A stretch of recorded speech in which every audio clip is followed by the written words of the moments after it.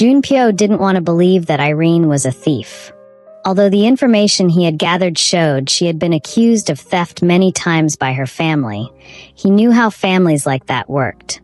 So he didn't want to hold on to that. However, the look on her face at this point left him unsure of what to believe. It wasn't possible for her to be the one who stole from him because the CCTV footage of last night had been wiped off.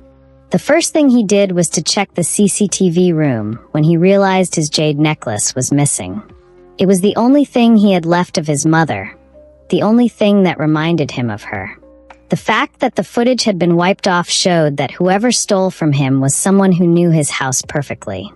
Irene had just turned 18 and was the youngest person in his house. So how could she have stolen that bracelet when she didn't really know how everything worked in the house? Seeing that Irene was quiet, he became worried as he desperately hoped that she had nothing to do with the theft. "Tell me, Irene," he demanded. "Did you go snooping around my room?" "I didn't go snooping," Irene said.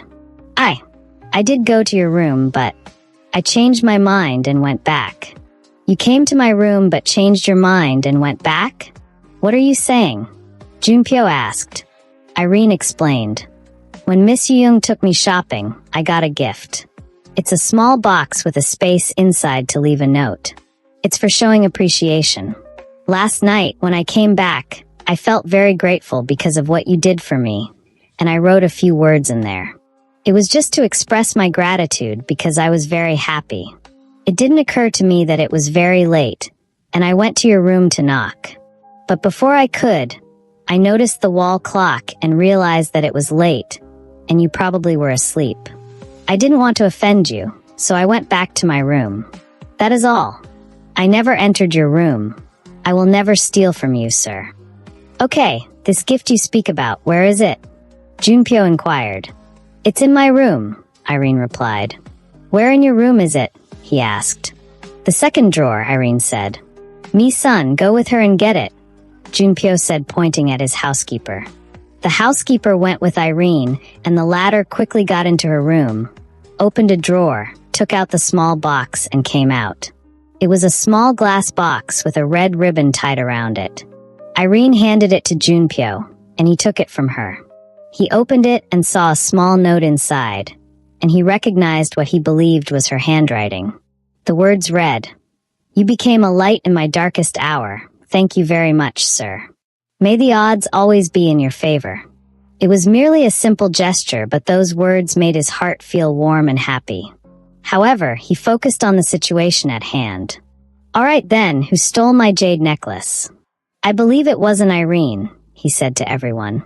"The officers will be here anytime soon. I expect the culprit to tell me the truth. Once they arrive, I will show no mercy." Everyone kept quiet until the officers finally arrived. Junpyo instructed, "Search every single one of them, their bodies as well as their rooms." There were 3 male and 2 female officers, and they quickly began to work. Even the butler presented himself to be searched. Junpyo told the officers while pointing at Irene, "Do not search her, she's not the one." Irene stared at him in surprise and said, "Thank you, sir, for your trust in me." "It's nothing," he said. "I know that you won't steal from me." After searching everyone, the officers went into the rooms and searched them thoroughly, one after the other, but they still could not find the jade necklace. About 30 minutes later, the officers all came out, and the one taking the lead said, "I'm sorry, Mr. Junpyo, but we couldn't find it in any of the rooms.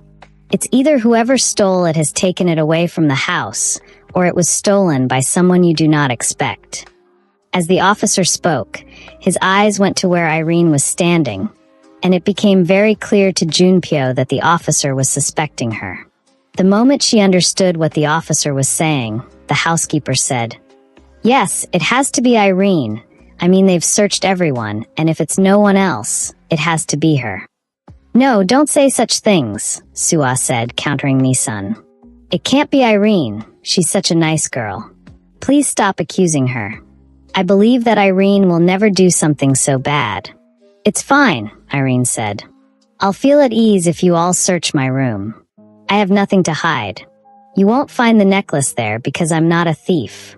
Junpyo said, "Okay," giving the officers the go-ahead. They went into Irene's room and began to search for the jade necklace. About 5 minutes later, the officers came out, and they showed the necklace to Junpyo. "Here it is, we found it in her room." Junpyo received the necklace from the officer, staring at it in surprise. He turned to stare at Irene, who had a shocked expression on her face and tears in her eyes. She could not believe what was happening. "You're under arrest," the officer said, taking out his handcuffs. "No, hold on," Junpyo stopped him. The housekeeper at this point said, "Oh no, how are we going to feel at ease if we're living with a thief in the house? This is really scary. It has never happened. No one has ever stolen here." "Silence," Junpyo ordered, shutting her up. He stared at Irene and said, "I'm going to ask you, Irene, do not lie to me. Did you take this necklace?" "No, I did not take it," Irene replied as tears fell from her eyes. "What reason could I possibly have to steal from you, Mr. Junpyo? What would I want to do with this necklace? Sell it for money? That is not what I want. Nothing else matters more to me than achieving my dreams. Thanks to you, someday my dreams will get fulfilled, so why would I ruin that by going to steal from you?" After hearing Irene's words, Junpyo stared at everyone and said, "You can all leave, go back to your work." Turning to the officers, he said, "Let her be. You can all go for now." The officers all left, and Junpyo took one last look at Irene before walking out angrily. After he left, the chef, Suwa, came over and hugged Irene. Tapping her back comfortingly, she said, "Come on, don't cry anymore. I trust you. I know that you don't have a reason to steal. No matter what anyone says, you can be sure that there's someone who trusts you, and that's me. You're not a thief, Irene, and from today, you can consider me your friend." Irene looked at her and said, "Thank you so much." Afterward, she turned and ran into her room. She threw herself on the bed and curled her body into a ball, crying hysterically. 1 hour later, Irene stopped crying and thought about what the future held for her. No matter how she thought about it, someone must have set her up. The jade necklace could not have miraculously ended up in her room, since she knew that she never took it. It had to be one of the maids. Who else could it be? The one person she held as a suspect was the housekeeper. She was the only one who hated her enough to plot something so big. However, she couldn't point her finger at her because she had no evidence. It would seem as though she was trying to push the blame for her crime onto someone innocent. What hurt her the most was the way Junpyo had stared at her, as though she was a thief. He had shown trust in her just a few minutes ago, but now everything was ruined. She tried to focus her mind on other things because she didn't want to keep crying. She suddenly remembered that the judges of the event she performed at the previous night had said they'd send a reply to her the next day. She had filled out her email information on the form that was given to her, as well as every available means of contact. But then she wasn't with her phone. It was still in her father's house. She had promised that she was going to get it, and she didn't want to let the situation at hand stop her from doing so. She quickly showered and changed into different clothes before walking out of her room. The moment she got close to the door, the housekeeper ran after her and said, "Hey, where do you think you're going to?" "What? Am I not allowed to leave?" Irene asked. "No, you're not allowed to leave. Everyone knows you're a thief. You stole from the hand that fed you, and now you want to run away.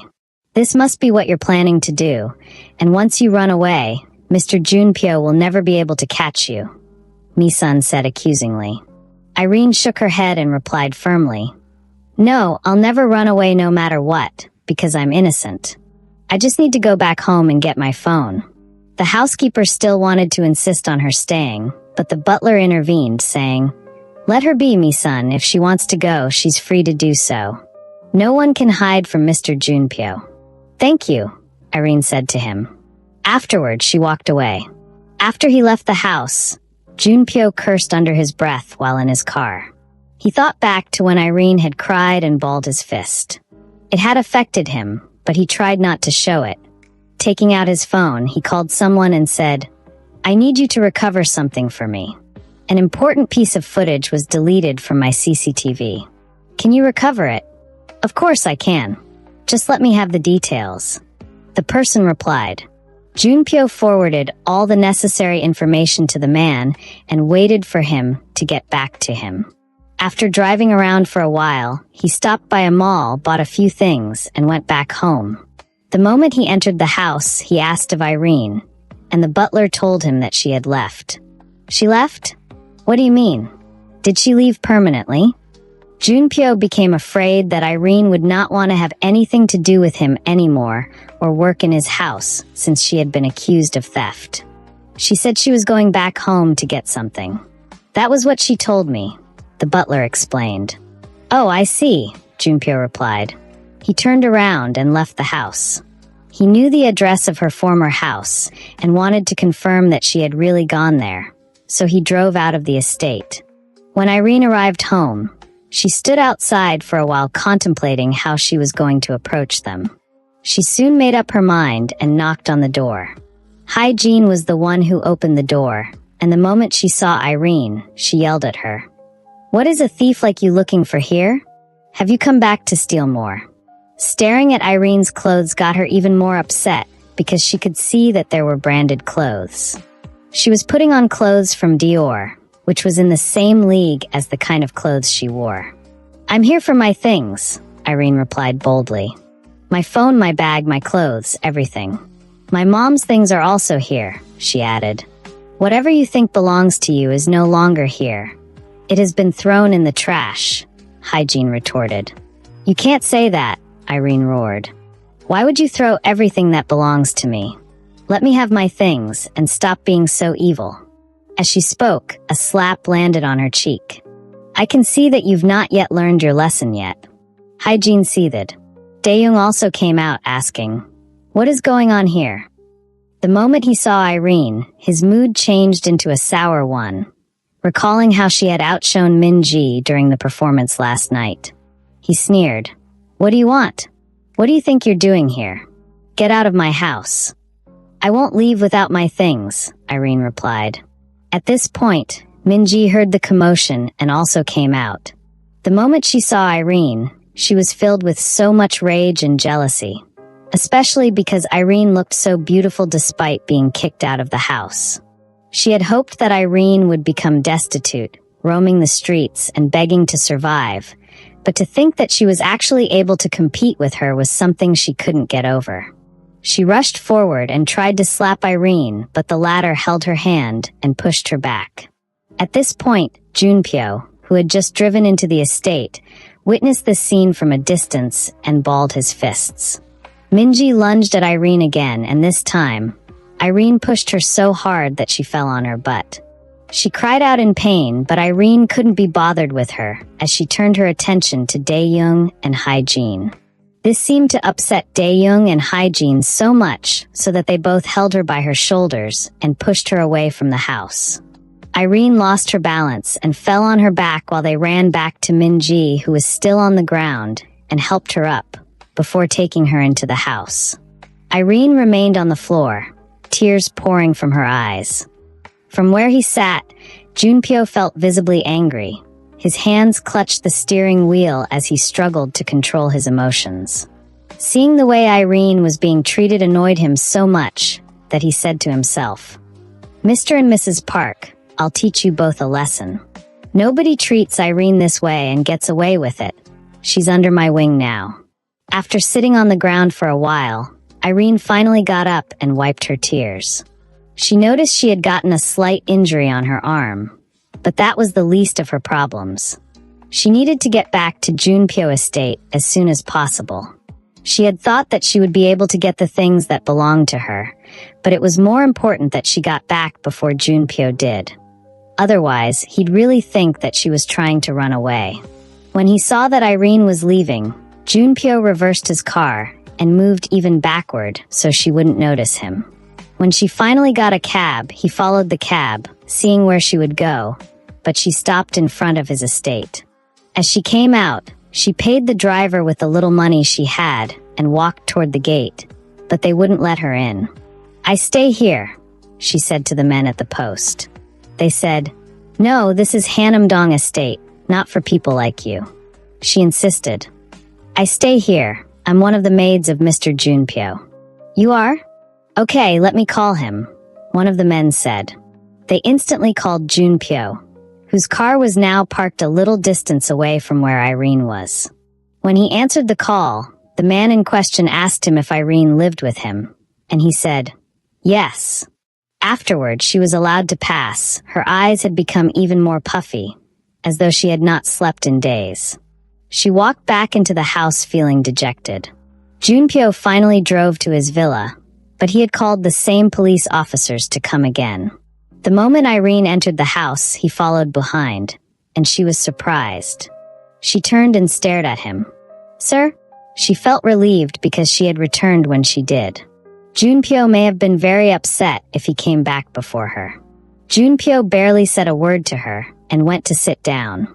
He asked the butler to send for all the staff to come to him, and when they did, he said, I have made up my mind that the person who stole from me must be punished. No matter what happens, I can't let a thief who stole from me walk freely. Hearing this, Irene's heart began to beat very fast, as she thought that he wanted her to be punished since all evidence pointed to her.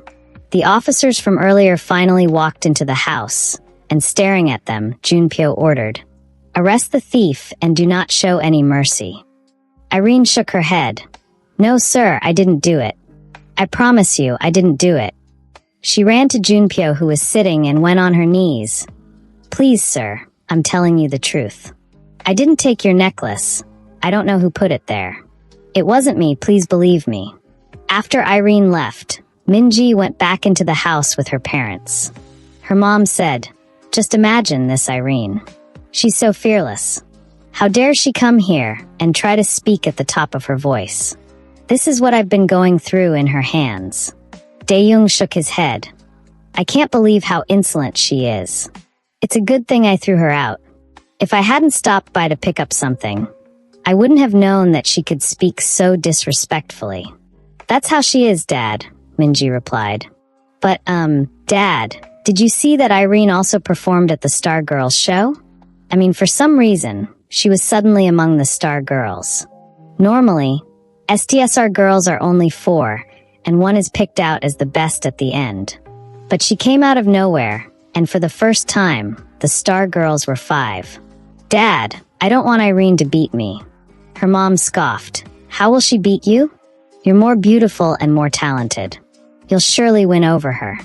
I know that when it comes to talent, I'm much better than Irene, Minji said. But didn't you see that she performed the last song at the show? That's only given to artists who have already signed with the agency. It wasn't supposed to be Irene, but she did it, and everyone was cheering for her. The video is all over the internet. I feel that Irene is connected to some big shot. Maybe she's sleeping with one of those judges. You never can tell. Who is Irene? Who even led her into that building? Think about it. Her mom nodded. She has a point, honey. I thought about it too. How did Irene even end up there? Daeyoung thought for a moment and said, That doesn't surprise me. Her mom was also immoral, so she must have taken after her. But I'm not going to let her beat you. That will not happen, hold on. Taking out his phone, he called someone and said, I'm sure you must have watched the performance of the Star Girls, isn't it? The person on the other end of the phone said, Yes, I did. I was there. Okay, you saw that my daughter did very well. Please, I want her to be the final candidate, and, I'll compensate you immensely. Consider it done, the person on the other end replied. After the call ended, he smiled and said, It's taken care of. Don't worry, princess. Haven't I promised you that you're going to be a star? I will make sure it happens, and I'll also see to it that you attend the best music academy in the country. Thank you, Dad, Minji said excitedly. Well, now I can start perfecting my song for the final performance. I think I'm going to do well. I'll make you both proud. They both smiled and stared at her as she ran excitedly to her room. Irene remained on her knees, staring at Junpyo as she desperately hoped for him to believe her. He got up, his hands went under her arms, and he gently helped her up. Since Junpyo did not say anything, Irene's expression still carried fear, and she began to sweat. However, at this point, the police officers walked over to Suwa and put handcuffs around her wrists. Irene turned and stared at the police in surprise. "No, this cannot be," she thought. "How could?" Junpyo said, "How dare you? What did you think? That you'd steal from me and accuse someone else?" The chef shook her head and said, "No, it wasn't me. I didn't do it." She quickly went on her knees and began to beg. "I promise you, sir, I didn't do it." "Shut up," Junpyo yelled. "Not only am I going to punish you, but I'm going to punish your accomplice too." Junpyo recalled the recovered footage he received earlier. He watched how the chef had gotten into his room while he was in the bathroom and how she came out with a jade bracelet in her hand. Afterward, Irene left her room and walked towards his room while the chef ran into Irene's bedroom with the necklace in her hand, but came out without it. He felt really bad thinking about how Irene had been accused, and when he went back home to see her, he learned she had gone home. Soon, another officer approached one of the guards and handcuffed him as well. The guard didn't say anything as he knew he was guilty, and he knew that Junpyo must have found out the truth. "Take them away," Junpyo ordered. "And as for her, she should be dealt with. Do not show any mercy." All the servants were surprised at the turnout of events, but Irene was the most shocked. She still could not believe it. At this time, she had guessed that the person who framed her was the housekeeper because of her obvious hostility towards her. However, the chef had acted like her friend and even told her that she believed in her. She kept staring with surprise on her face until everyone dispersed. Seeing that Junpyo was still standing there, she turned around and went into her room. While in her room, she decided to take her bath again. She had been injured while she went to her father's house, and her clothes had become dirty as well. After taking her bath, she changed into a fresh set of clothes and sat on her bed, still trying to wrap her head around the reason why Suwa could have framed her. She had never done anything wrong to her, and she had only just been in the house for more than one day. At this point, she heard a knock on the door and said, "Come in." The door was opened, and Junpyo was the one who came in. She quickly got up and said, "Sir." Junpyo said, "Irene, regarding what happened, don't think so much about it. Some people are just full of shit. You must have been really startled." "Sorry." Irene kept silent, not knowing what to say. "And the gift you gave me, I like it," Junpyo added. "Thank you very much for everything," Irene replied. "I also have a gift for you." Junpyo revealed his hand, which was hiding behind his back, and presented a bag to her. Irene didn't know what was inside, but she took the bag from him and said, "Thank you, sir."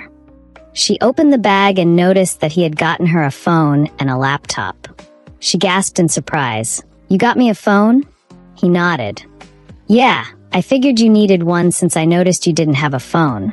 And there's a SIM too, also a laptop, so you can keep up with what is going on, especially now since you're now into showbiz."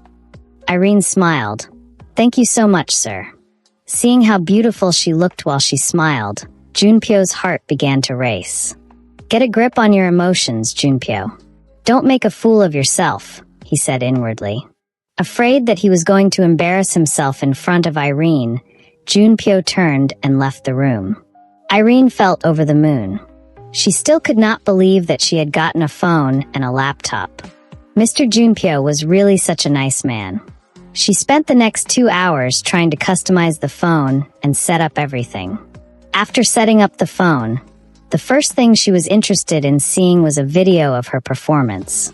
She found it online after searching for it and watched it over and over again, still finding it difficult to believe that she was the one performing. "Wow," she said. Unknown to her at this time, Junpyo was also in his room watching the video. Although he had been in the audience, he still saved the video when he saw it online. Each time he watched it, his face curved into a smile, and it gave him a good feeling. While he was having fun looking at Irene's performance, he got a call from his friend. When he picked it up, his friend said, "What's going on with you, Junpyo? I've been in your office for more than an hour." It was meant to be a surprise, and you're nowhere to be found. I'm leaving. Why would you go to my office when you know I'm a busy man? Oh, come on. I asked your assistant earlier in the day, and he told me you have a lot to do in the office. You mean Jihoon? How come he never mentioned it to me? Now, don't go taking out your anger on him. I asked him not to say anything. He should be more loyal to me, Junpyo said. Come on, I'm just pulling your leg. I didn't have a conversation with Jihoon. I just thought you would be at the office. I need to speak to you. Well, if you need to speak to me, you have my number. Oh, that's why I'm calling you, his friend said. Okay, fine, I'll be right there. Junpyo, who had thought he would spend most of his day at home since Irene was also at home, got up and got dressed. Meanwhile, Irene recalled the moment the cook had been arrested and said, No, there has to be a reason. She can't just accuse me for no reason. I need to find out why. She didn't know how else she was going to find out because the cook had been arrested. The only way she could think of was to ask Junpyo. She hesitated as the last thing she wanted was to upset him, seeing that he wasn't upset with her and he was treating her well. She was very careful, but she still wanted to know. So, she came out of her room to search for him, to go to his room, so she could ask him. However, at that moment, she saw him coming out, and he had changed his clothes, which indicated that he was leaving for work. Excuse me, sir, she said. Junpyo stopped and stared at her. Yes? I want to ask for a favor. Go on. I'd like to find out from the cook why she framed me. No matter how I think about it, we've not had any altercation. As a matter of fact, she has been my only friend in this house. I still don't understand what must have happened. I'd really like to find out. Well, she's in police custody. If you want to go to the station, I can drop you off. It's on my way. If you would, drop me off. Thank you, sir. Come on, let's go, Junpyo said. They got outside and both sat at the back of the car while Junpyo's driver drove. When they got to the station, Irene came down, and Junpyo also did. He stood outside the station and called an officer using his phone. When the officer came out, he said, Give her access to the cook. Let her find out whatever she wants to. Turning to stare at Irene, he asked, Will you be able to make your way back? Yes, sir, Irene replied. All right. After that, he got into the car, and the driver drove away. The officer led Irene into the station, and she was taken to the room where the cook was kept. When she got there, she could see that the cook was already in tears. She didn't know what they had done to her, but what she cared about at this point was to find out the truth. She took the seat opposite her and said, I don't want to judge you for what you did. I just want to know why. There's no bad blood between us. I still can't wrap my head around what happened, because you were the last person I expected to do such a thing to me. Why did you frame me for theft? I made a mistake, the chef replied. I was jealous, and I let my jealousy get the best of me. You were jealous of me? I don't get it. Why? Because of Mr. Junpyo, the chef replied. Mr. Junpyo? Irene was surprised. Don't pretend to be innocent. Suah sneered. Come on, we both know what's going on here. And what's going on? Irene asked. You were brought to the house to be a domestic staff, but what happened? That same night, you became a star girl, and now Mr. Junpyo wants to make you a star. It couldn't be more obvious that something is going on between the both of you. He only looks at you. He wants everything about you to be perfect, and he wants you to be happy at all times. Even when all evidence pointed at you as the culprit, he did not get you arrested. However, he did not hesitate to arrest me. What does that tell you? Are you saying you tried to frame me because you thought Mr. Junpyo and I are in a relationship? I didn't think, Irene. I'm not blind. I knew. I've worked for Mr. Junpyo for 7 years, and I know there are only 2 people he cares about, and those 2 are practically family to him. But you, why the special treatment? Most importantly, why a black woman? 7 years. Irene was surprised by the fact that Suah could betray someone she had served for 7 years. Yes, I'm the oldest staff in his house, so I know what I'm saying. This was my only chance of getting you out of the way. I had no other choice. I wanted him to notice me and kick you out of his house. This doesn't make any sense, Irene replied. Mr. Junpyo merely feels sorry for me. He's just helping me because he believes that I'm talented. Oh, please. There are so many other talented people in the world. Why didn't he help them? Why you, Irene? Stop pretending. We both know the truth here. Irene got up, not wanting to listen to Sua's words as she felt they were just senseless excuses. However, when she walked outside the station, she stopped and pondered over everything Sua said. Her heart began to race as she wondered, could Mr. Junpyo really have feelings for me? After leaving the police station, Irene went back to Junpyo's home. She remained in the room, thinking about everything Sua had told her. In the end, she told herself not to pay attention to such nonsense. It was probably an excuse to justify her wrongs. When Junpyo got back home, he went straight to his room without stopping to ask Irene about her meeting with Sua. When it was morning, Irene woke up and checked her mail.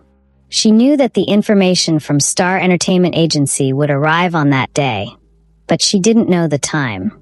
However, she decided to still check her mail, and when she did, she saw that a mail had been sent, citing her as one of the candidates who had been selected. She got up and screamed, jumping for joy. I can't believe it, I can't believe this, she exclaimed. She wanted to hurry to Junpyo to tell him the good news she had received, but she realized that she hadn't taken her bath. So she rushed to the bathroom, took her bath, brushed her teeth, and put on something nice before rushing to Junpyo's room. When she got there, she knocked on the door and he asked, "Who's there?" "It's Irene, sir," she replied. "Come in," he said. She opened the door and went in. The moment she did, she realized that Junpyo was tying only a towel around his waist. She gasped and instantly turned. "I'm sorry, sir," she said. Junpyo smiled. "So why were you looking for me?" "I just wanted to tell you that I got a mail from Star Entertainment Agency, and I made it. I made it to the top 2. "Really?